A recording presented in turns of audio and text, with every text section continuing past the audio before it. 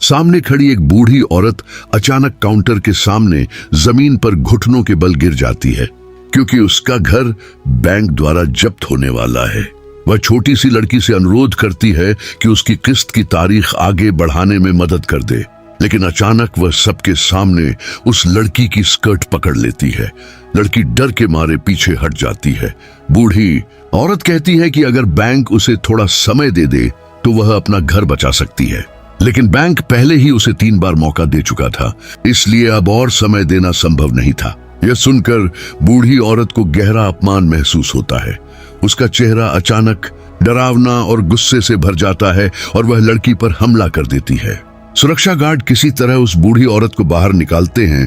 अब जाकर मामला शांत होता है, लेकिन लड़की को नहीं पता था कि उसने जिस औरत को अपमानित किया है वह एक शक्तिशाली जादूगरनी है। उसी शाम जब वह काम से घर जा रही होती है तो उसे रास्ते में एक अजीब सा रूमाल मिलता है। वह बूढ़ी औरत का था, यही उसके बदले का संकेत था। अचानक वह बूढ़ी औरत फिर उसके सामने आ जाती है और दोनों के बीच भयंकर लड़ाई शुरू हो जाती है। बूढ़ी औरत उसके बाल पकड़ लेती है और दोनों गाड़ी के अंदर लड़ने लगती हैं। लड़की पूरी ताकत से उसे धक्का देती है और गाड़ी स्टार्ट करके तेजी से पीछे ले जाती है। दोनों बुरी तरह लड़ते हुए चिल्लाने लगती हैं। बूढ़ी औरत उसका गला दबा देती है ताकि वह सांस न ले सके। लड़की पूरी ताकत लगाकर एक्सीलेटर दबाती है और गाड़ी आगे निकल जाती है। टक्कर लगने से बूढ़ी औरत के नकली दांत बाहर निकल जाते हैं। वो गुस्से में अपने दांत फिर से लगाने की कोशिश करती है। लड़की मौका देखकर उसे गाड़ी से बाहर धक्का दे देती है, लेकिन बूढ़ी औरत आखिरी बार उसका एक बटन खींच लेती है और उसे श्राप देती है। वह कहती है कि अब उस पर भयानक श्राप लग चुका है। इसके बाद लड़की के आसपास अजीब अजीब घटनाएं होने लगती हैं। उसे आवाजें सुनाई देने लगती हैं, पर उसके आसपास कोई नहीं होता। वह अपने बॉयफ्रेंड के साथ एक ज्योतिषी के पास जाती है। ज्योतिषी तुरंत समझ जाता है कि उस पर किसी दुष्ट आत्मा का साया है। अचानक शीशा टूटने लगता है और लड़की के शरीर के अंदर से एक डरावना चेहरा दिखाई देता है।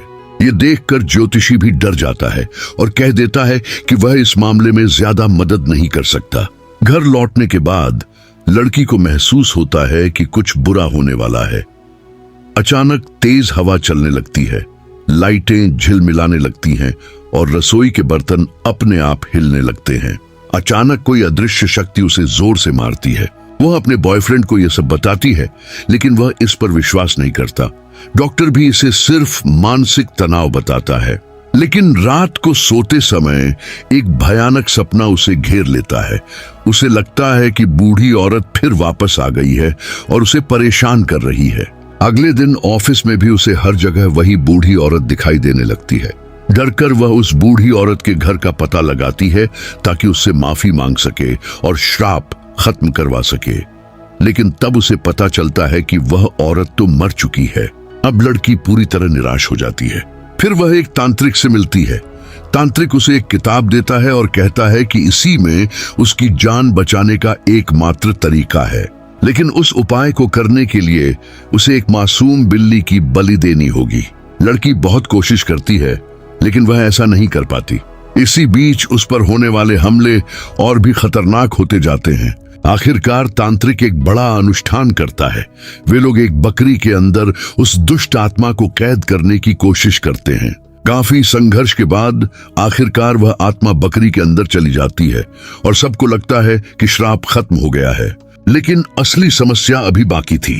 तांत्रिक लड़की को उसका बटन वापस देता है और कहता है कि अगर वह इसे किसी और को दे दे तो श्राप उससे हट जाएगा, लेकिन जिसका भी हाथ यह बटन लगेगा उसकी आत्मा नष्ट हो जाएगी।